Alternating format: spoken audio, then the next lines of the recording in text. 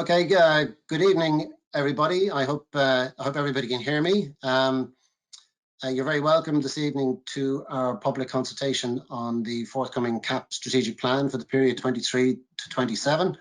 My name is Paul Savage. I'm Assistant Secretary General at the Department of Agriculture, Food and the Marine, with responsibility for the development of the CAP strategic plan and for, I suppose, the implementation of the agreements that we saw recently in relation to the CAP legislative framework for the period 23 to 27. So first of all, like I say, you're very welcome to the first of what will be 3 webinars this week as part of the public consultation on the proposed interventions that we're going to pursue under the CAP strategic plan for the period 2023 to 2027. This is a consultation process which will run for 4 weeks until the 27th of August. We've shared, as you have seen online and through the various advertising and media work that we've been doing over the last number of days, that we've shared a public consultation document outlining the proposed interventions that we foresee in the new CAP strategic plan, as well as modelling data around the options for targeting and distribution of direct payments. They're now available on the department's website, and we'd encourage you to look at those documents and use them to inform your own deliberations on what the individual interventions should look like in the new plan.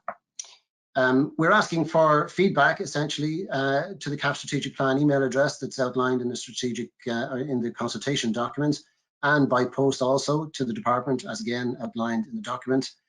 So we're asking for feedback to those through those channels, but also through your comments and questions this evening as part of the webinar, and of course in the webinars that we have in the next 2 evenings as well. As I mentioned, this is a consultation exercise on draft interventions. So we've suggested that the range of interventions that will feature in the CAP strategic plan. So the department is looking for views on those. We're very much in listening mode in terms of trying to hear your views and your feedback on what should be incorporated into the strategic plan for the next period. And while we're happy to answer questions, of course, where possible this evening, we're also very keen to hear the views of all of you who are participating in the webinar this evening, and to get that feedback also from you in writing through those channels that are mentioned in the public consultation document as well. So please do participate this evening in terms of giving comments and answering or asking questions, but we'd also like you to do to follow that up through formal submission of your comments through the channels that are available to you. I suppose one of the key things from our perspective is that decisions are still to be made across many of the areas of the strategic plan and across many of the interventions. So again, we'd welcome your views, for example, on the questions that we've posed in relation to direct payments in the public consultation document, but also on other areas, such as the environmental ambition that we envisage for the plan, and perhaps on the objectives and the conditions that are attached to individual interventions within the plan. So we very much welcome your comments across all of those areas. And again, not just this evening or over the next couple of evenings, but over the next few weeks as the public consultation process runs its course. There will be a further public consultation later in the year on the draft CAP strategic plan itself. So that's the much wider plan, which includes an environmental assessment and also other components beyond just the interventions, which are the subject of the current focus. So we're very much focused on the range of interventions that may feature in the plan, but we will conduct a much more extensive consultation later on the full plan later in the year. So this is a stepping stone, if you like, in the development of the plan, and we'd very much like to focus on the interventions that are outlined in the consultation document. So this evening we're going to have 2 brief presentations of about 10 minutes each, just to give you a flavour of the approach that we're taking here. So the first will be from my colleague Ted Massey from our EU division and Rural Development Division of LATE, on how the CAP strategic plan is being put together, the context in which that is happening, the background to that, and some of the issues that are informing the construction of the plan, including the need to reflect this new green architecture and environmental ambition in the plan. So Ted will give a presentation, an overview for about 10 minutes, and that will be followed by a presentation from my colleague Fran Moran on the direct payment side in Portlaoise, who will give an outline of the modelling that we've done in relation to direct payments issues in terms of the targeting and distribution of direct payments. And again, a kind of a synopsis of the issues that are raised in the modelling document that is now also available on the website. So we hope that the 2 presentations will help to inform your own reflections on these subjects and also inform your responses in the course of the webinar this evening as well. After the presentations, we'll have the opportunity, obviously, we'll give you the opportunity to submit your questions through the webinar. We will take those questions and I will put them to colleagues by whom we are joined across the wide variety of the department's divisions who have been involved in putting together the CAP strategic plan. You see many of them on screen now, I hope, at the moment. As your questions are coming in, we will put those, and your comments, we will put those to my colleagues from those various divisions. I won't introduce them all now, but we will hopefully get a chance to talk to them and they'll be able to respond to your questions over the course of the evening. So please feel free to send those questions in and we will pick them up as we go through. The other point I suppose that I would make is the presentations that will be made by Ted and Fran will also be available on the department's website as part of the package that's available to you around the CAP strategic plan process and this particular consultation exercise. So they will be available there.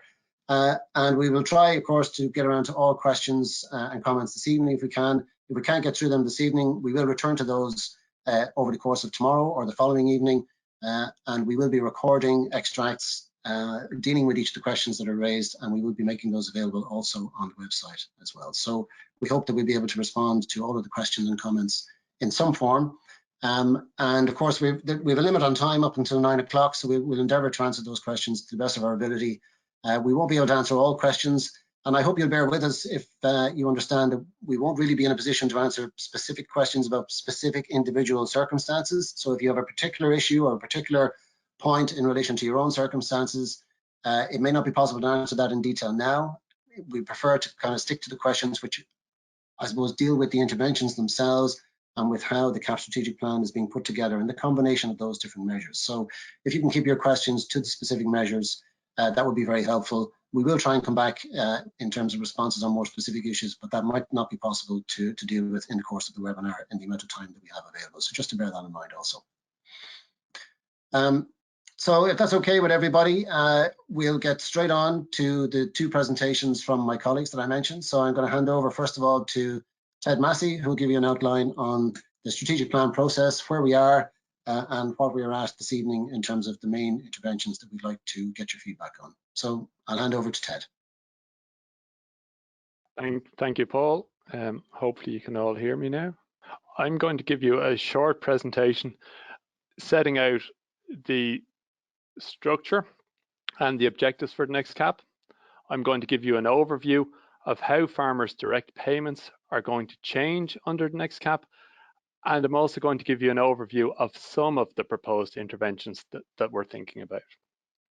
So I suppose first of all, when we think about the CAP, it's very important to bear in mind that we're talking about the EU's oldest and arguably most successful policy. In place since 1962, the CAP has had to evolve to meet the changing needs of European agriculture and European society. And the current CAP reform is no different in that regard. So to look at the next CAP, there will be greater subsidiarity for member states. Member states will have more scope to design interventions to suit their own particular needs. Each member state will have to develop one CAP strategic plan to cover all interventions across both pillars 1 and 2, and that is designed to give greater coherence. Each intervention will have to be linked back to the member state's needs assessment and also the analysis of their strengths, weaknesses, opportunities and threats that they have conducted. The CAP is also moving to a performance-based approach. So in designing interventions, targets will have to be set for each year. When each member state finalises their CAP strategic plan, it's due to be submitted to the European Commission by the end of the year. The Commission will then evaluate the CAP strategic plans and hopefully approve them with a view to the CAP starting in 2023. And thereafter, each member state will be judged on their progress towards those targets that they've set out in the planning phase. So I suppose to look at the objectives for the next CAP, the regulations set out 9 specific objectives, and they relate to income and resilience, increasing competitiveness, improving the farmer's position in the value chain, climate change mitigation and adaptation, the preservation of natural resources such as soil, water and air, and the preservation of landscapes and biodiversity, to provide support for generational renewal and for vibrant rural areas and gender equality both within and outside farming. And finally, to protect animal welfare and provide quality, healthy, safe food for European consumers. So I suppose the key thing I'd like you to take from this slide is, if you look at the objectives on the right-hand side, you can see 3 of them, or 1/3 of them, are now focused on climate or environmental issues. And that is a big change from the previous CAP. So to look at how direct payments are going to change.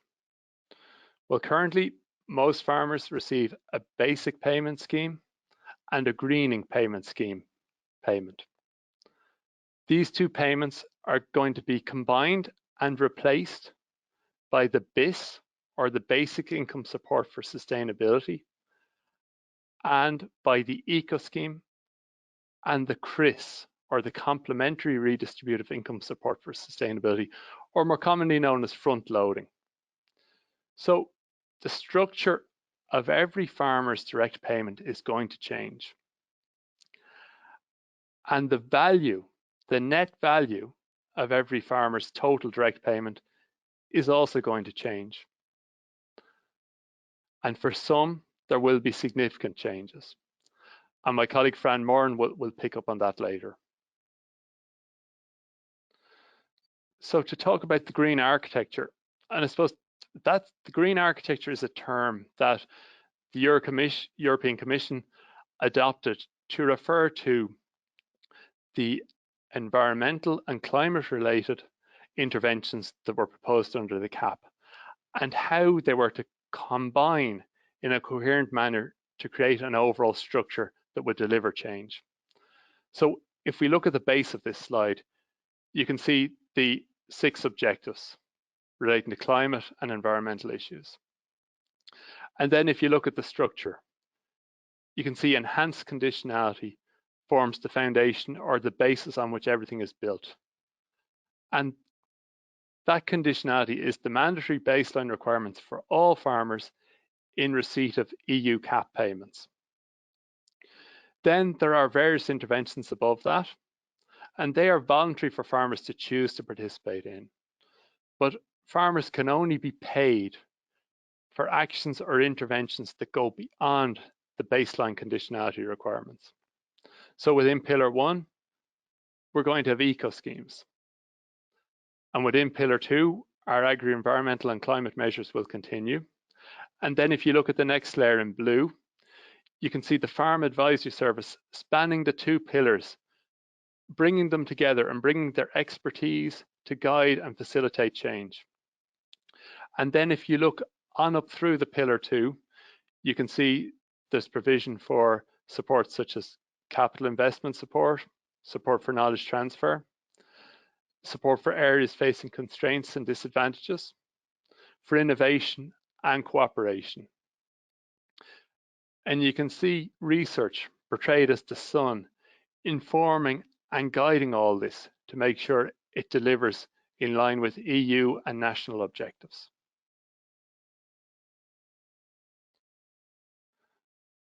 So what is conditionality? Well, effectively conditionality is the new cross-compliance. As before, it'll still consist of statutory management requirements, which are pieces of EU legislation that every farmer is obliged to comply with, regardless of whether they're receiving any payments under CAP or not. Then there will also be GAIC standards, or standards for the maintenance of land in good agricultural and environmental condition. And member states have a little bit more discretion to set those standards to reflect their own particular national circumstances. In terms of the SMRs, elements of the directive on the sustainable use of pesticides will be brought into conditionality. Regarding the GAICs, there are a number of new GAICs that will form part of conditionality. These include proposed GAIC 2 for the protection of wetland and peatland, and various elements that were part of greening in the current CAP, such as GAIC 1 relating to the preservation of pasture, GAIC 8, which relates to crop rotation and that we are proposing, subject to European Commission approval, to implement using the flexibility of crop diversification. Proposed GAIC 9 relating to biodiversity, and very similar to the current ecological focus areas on farm, it talks about non-productive features. And in the legislation, it singles out arable land as requiring a minimum percentage of these non-productive features. To be fair to all farmers and in line with our commitments to increase biodiversity, we are proposing that GAIC 9 would apply across all farms. And then finally, we've GAIC 10, which relates to the preservation of environmentally sensitive permanent grassland in natura sites. I suppose just before we move on, I'd like to say that we obviously have the ongoing Nitrates Action Programme review. A lot of you will be familiar with that. And the outcome of that review will directly influence a number of the SMRs and the GAICs for the next CAP. So then, to look at the voluntary schemes, the first one we have is the ECO scheme. And our aim there is to create an annual agri-environmental scheme for all farmers. Under the regulations, it will be mandatory for each member state to provide an ECO scheme, but it will be voluntary for farmers to choose to opt in or opt out of that scheme every year. Under the regulation, a minimum of 25% of the CAP Pillar 1 budget must be devoted to the eco scheme or schemes. So 25% of every farmer's payment will be taken to create this fund for the eco scheme. And that is why we are so keen to create a scheme that all farmers will be able to avail of. That in addition to doing something for the environment, they will also be able to maintain their payment as best they can. The regulations provide for a rebate option, and that recognises those member states that have very high environmental expenditure under Pillar 2. So Ireland will likely qualify for that rebate option if we choose to use it.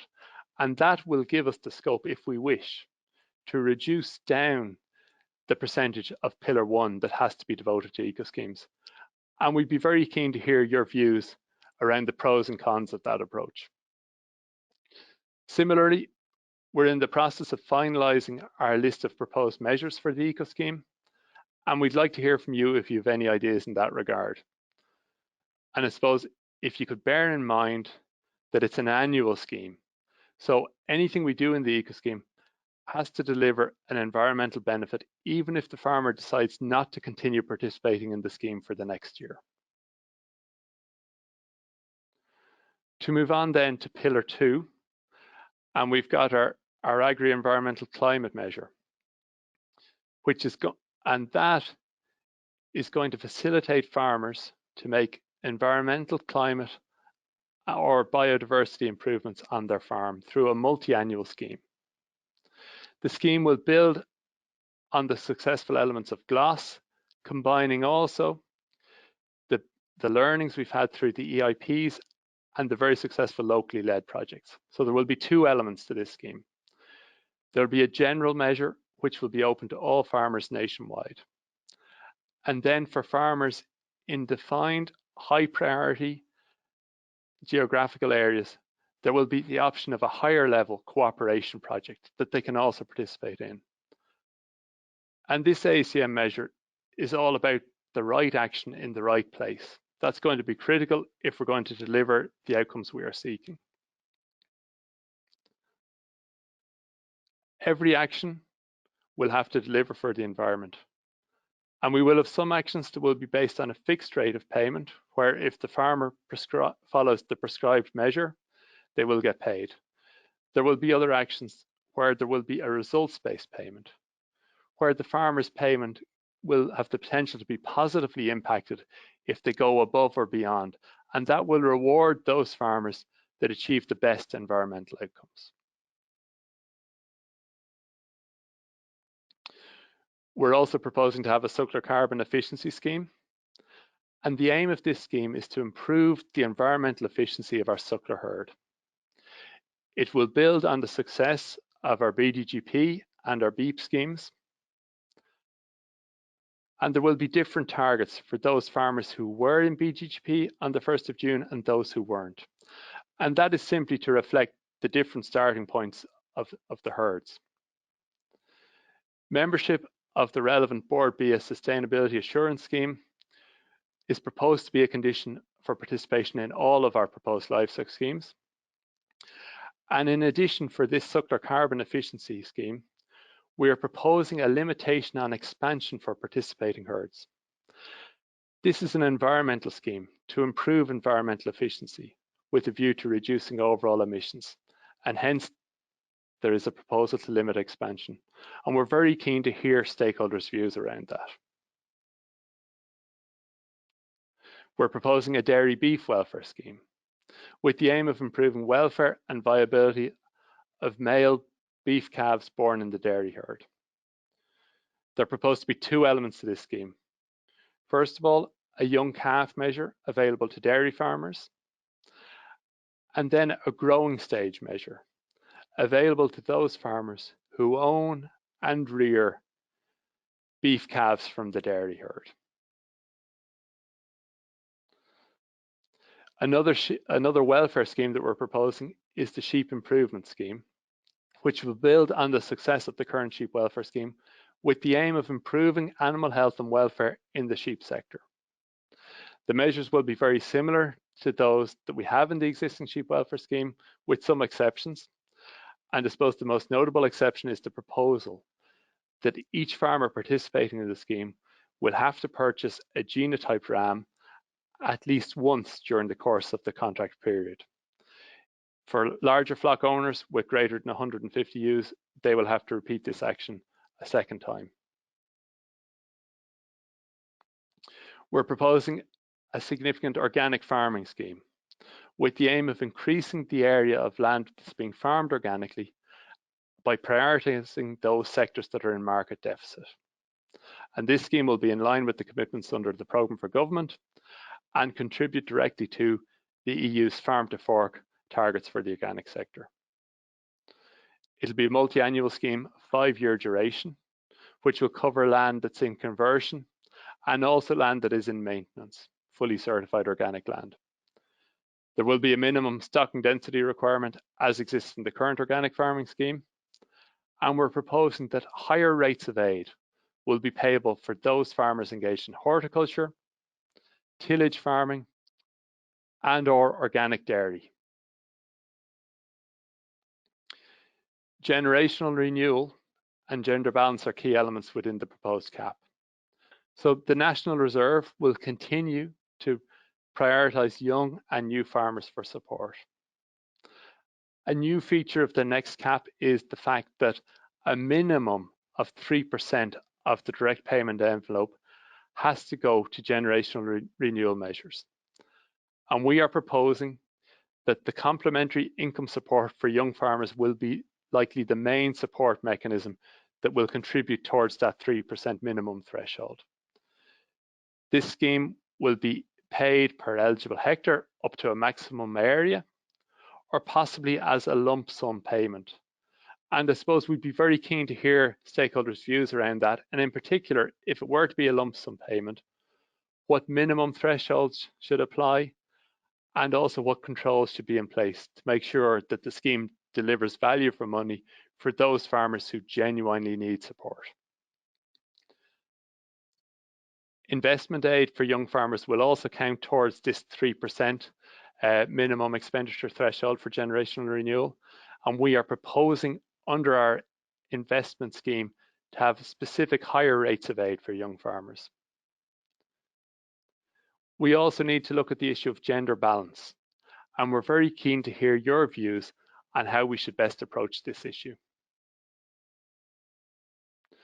So to wrap up, There are still a number of interventions, there's probably about 10 or so that I haven't even covered. And I suppose that's because we're aiming to get to your questions. And if you look at gov.ie/CAP, you will see the full public consultation document. I encourage you to go there, read it in your own time, or at least read the sections of it that are relevant to your farming business or your own personal interests, and take the time to provide your comments and your views. The consultation is open until the 27th of August, and we're very keen to hear your views. To present the best and the most effective CAP strategic plan for Ireland, we need your input. So to conclude, we're very keen for you to have your say in this public consultation. You can submit your comments and your questions now using the chat function, as Paula said. And afterwards, you can also submit your written submissions by email or by post. And again, please go to gov.ie/CAP to see further details. Thank you very much.